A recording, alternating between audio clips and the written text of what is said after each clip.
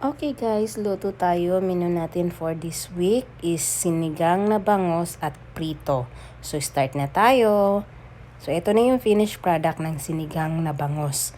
Ito din yung prito. So yan. So next nating menu is laing, specialty ko na paborito ni Malo. So next natin, may hipon tayo dito, lilinisan natin.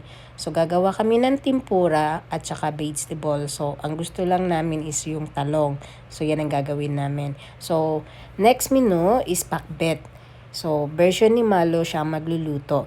Then gagawa rin tayo ng dessert. Fruit salad ang gagawin nating dessert for this week. So, eto na yung finished product. So, meron tayong 4 na ulam for this week. So, 3 to 4 days bago kami magluto.